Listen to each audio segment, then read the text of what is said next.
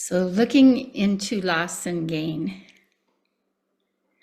We live in a world of duality. Each person's egoic consciousness is programmed to exist in the context of all the life's pairs of opposites.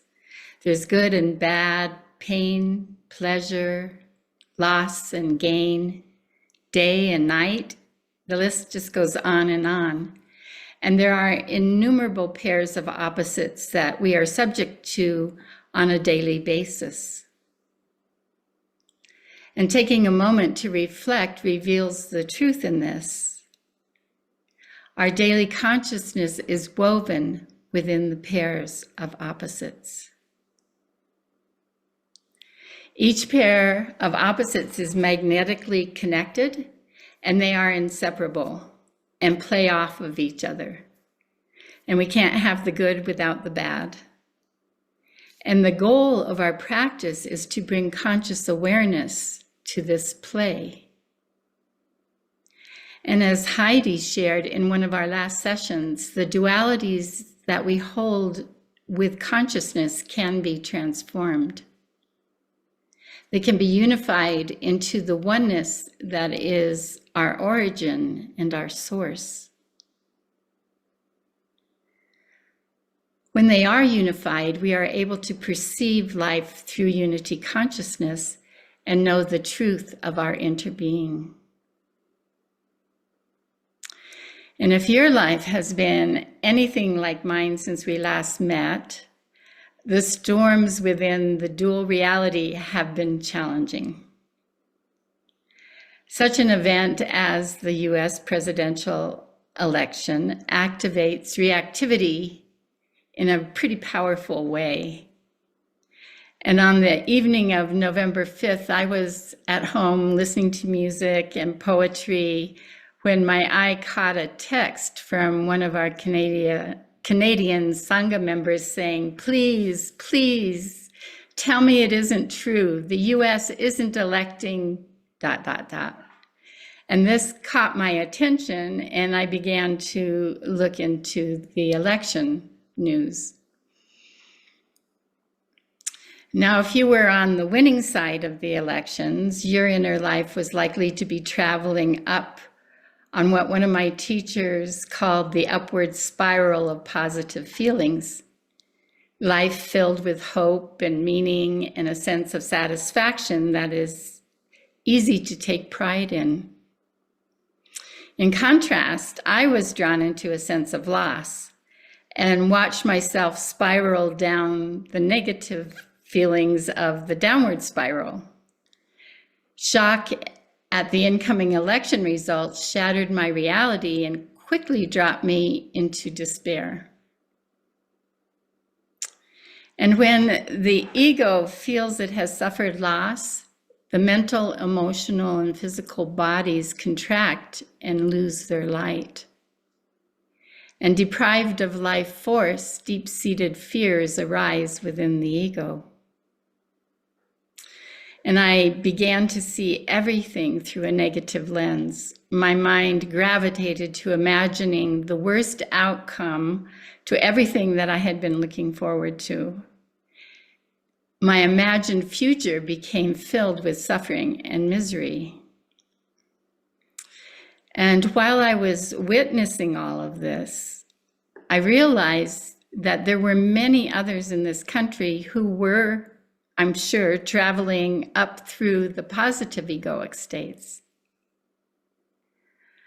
I also knew that if the outcome of the election were the other way around, that I would be going up in that moment and they would all be traveling down into despair. And what a phenomena. If those on the winning side heard my concerns, they would laugh because in their mind, things were on the up and up. If my choice had won, I would marvel at their despair and wonder why they were worried. And I gradually came to see that I was holding the hope and the despair of the collective experience. And I was able to offer them both up into oneness. My judgment was suspended long enough for me to make a clear intention to hold a balanced response to both what is perceived as loss and what is perceived as gain.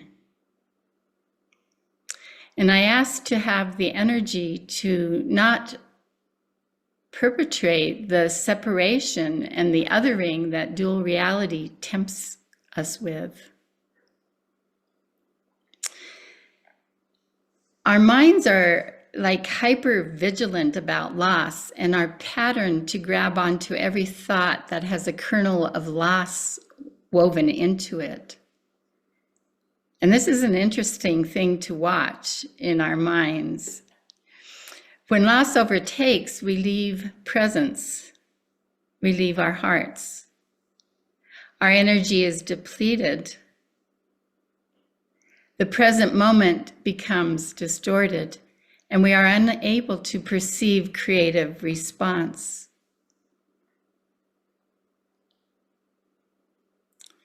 And the quality of our lives is defined by what we focus on.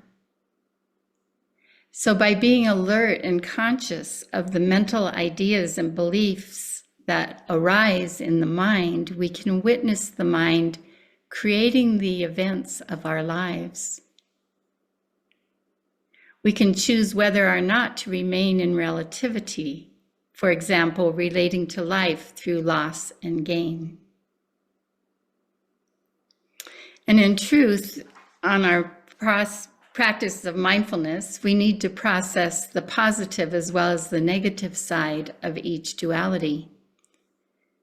Being aware of where the mind is carrying us within the sense of loss or within a sense of gain allows us the possibility of being present in the moment. We still have to process the disappointment, the sense of betrayal, the anger, the grief, or whatever feelings have arisen. But we are able to use stressful times to strengthen our awakening. And I recently was listening to the Buddhist teacher Tara Brach, and she was sharing that trees develop their heartwood when they are under stress. That living through stressful times also affects their whole root system, causing the roots to reach deeper into the earth and out further to touch into the roots of other trees.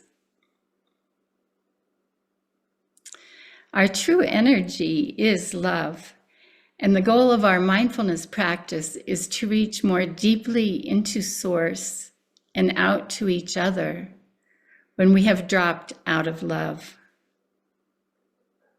And when we return to love, everyone wins.